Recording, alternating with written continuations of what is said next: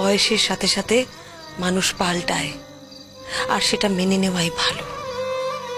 কি বললে তুমি আমাকে? আমার শাড়ির আঁচল দিয়ে মাছের আষ্টে গন্ধ বেরোতো, আর তাতে তোমার গা গুলিয়ে উঠতো, তাই না? কিসের জন্যে? কিসের জন্যে বেরোতো? তোমার সংসারে সাশ্রয় করার জন্য, যাতে তোমার পকেটের দুটো পয়সা বাঁচে, সেই জন্য আমি সংসারের সব কাজ করতাম। তুমি তো একটা কাজের লোক রাখতেই পারতে রান্না করার জন্যে, কিন্তু আমি রাখতে দিইনি, শুধুমাত্র তোমার সাশ্রয় করার জন্যে।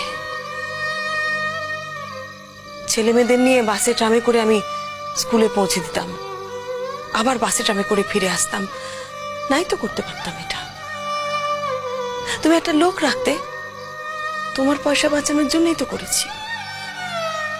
দিন রাত তোমার বাবা মার সেবা করেছি, তোমার বাবা মার দেখাশোনা করেছি। তুমি তো পারতে একটা লোক রাখতে যারা তোমার বাবা মার দেখাশোনা করতো,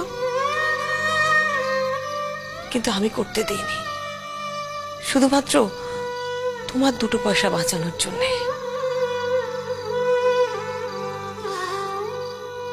যখন তখন তুমি লোক ডেকেছো বাড়িতে, তোমার বোনেরা তাদের পুরো পরিবার নিয়ে চলে এসেছে।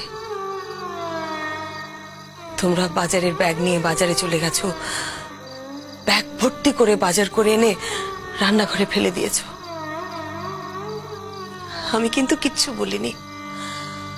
সারাদিন তেতে পুড়ে রান্না করার পরেও কিন্তু আমি আবার হাসি মুখে সবকিছু করে দিয়েছি, সবকিছু। সংসারের এত দায়িত্ব পালন করার পরেও নিজেকে মেনটেন করা যায়?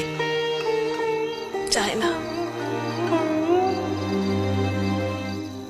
আগুনের তাপে তেতে পুড়ে রান্না করতে করতে আমার চামড়াটা, আগুনের তাপ কিন্তু আমাকে স্পেয়ার করেনি। সেটা কখনো ভেবে দেখেছো? ভেবে দেখোনি। আমি কিন্তু ভেবে দেখেছি। একটা লোকের শরীরে যত দাগ পড়ে তত সে পরিণত হয়।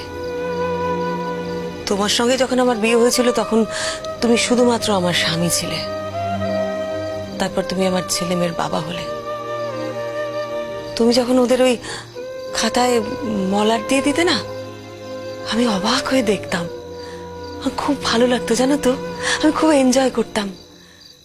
আমি কিন্তু প্রত্যেকটা মুহূর্ত এনজয় করেছি।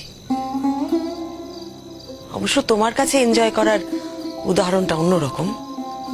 তোমার কাছে এনজয় করা মানে সেজে গুজে চকচকে চামড়ার একজন মহিলা।